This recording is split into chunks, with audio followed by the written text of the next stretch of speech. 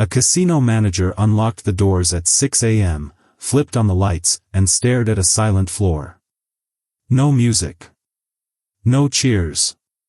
Just machines humming to themselves. He later told a colleague, "We're open, but it feels like we already closed." That quiet moment explains what's really happening in Las Vegas right now. Not a crash. Not a boom. A slow economic sorting.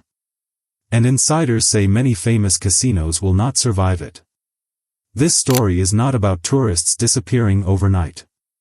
It's about math turning against buildings that once printed money. According to industry analysts, operating costs on the Strip have surged while visitor spending has flattened. Labor costs are higher. Energy is higher. Financing is tighter. Guests stay fewer nights and spend more carefully. When the numbers stop working, even icons become expendable. Number 10 is the Riviera. Its closure marked the end of an era. Executives later admitted the property could no longer compete with modern mega-resorts. The Riviera did not fail because people stopped loving Vegas. It failed because scale became everything. Newer resorts could spread costs across thousands of rooms. Older ones could not. The land became more valuable than the casino itself. Number 9 is the Las Vegas Club downtown. Once packed with locals and budget travelers, it slowly emptied as foot traffic shifted. According to redevelopment filings, maintenance costs rose while revenue fell. Downtown didn't die. It evolved. And properties that didn't adapt were quietly erased. Number 8 is the Hard Rock Hotel, not a collapse but a transformation. The brand vanished and re-emerged as something else. Employees say the message was clear. In modern Vegas, standing still is the fastest way to disappear. Reinvention is no longer optional. It is survival. Number 7 is the Tropicana. Executives confirmed plans to close and redevelop the site. Industry analysts suggest this reflects a brutal truth. Casinos now compete with stadiums, mixed-use developments, and real estate projects for land value. If gambling revenue can't justify the footprint gets replaced. Number 6 is Fiesta Rancho and Texas Station. These local-focused casinos closed after the pandemic and never reopened. According to company statements, reopening no longer made financial sense. Locals cut back spending. Costs stayed high. The margin vanished. These closures revealed something dangerous. The local customer, once a safety net, is no longer guaranteed. Number 5 is the Palms. Closed. Reopened. Sold again. Executives admitted volatility became the norm. Ownership changed, but uncertainty remained. The Palms became a symbol of how unstable mid-tier casinos have become. New owners can delay reality, but they cannot escape it. Number 4 is the Mirage. Its announced closure shocked the public. But according to leadership statements, the decision was strategic. The Mirage represented an older Vegas formula. One built on spectacle alone.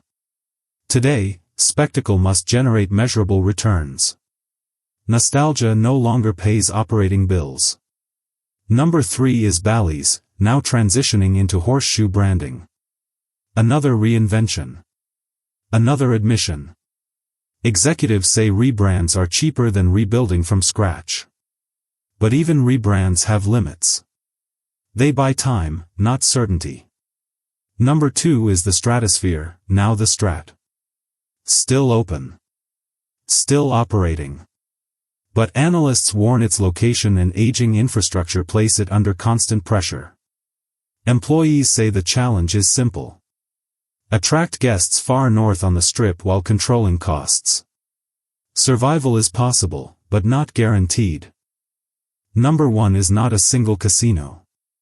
It is an entire category. Mid-tier Strip casinos. According to multiple CEOs, this group faces the greatest danger.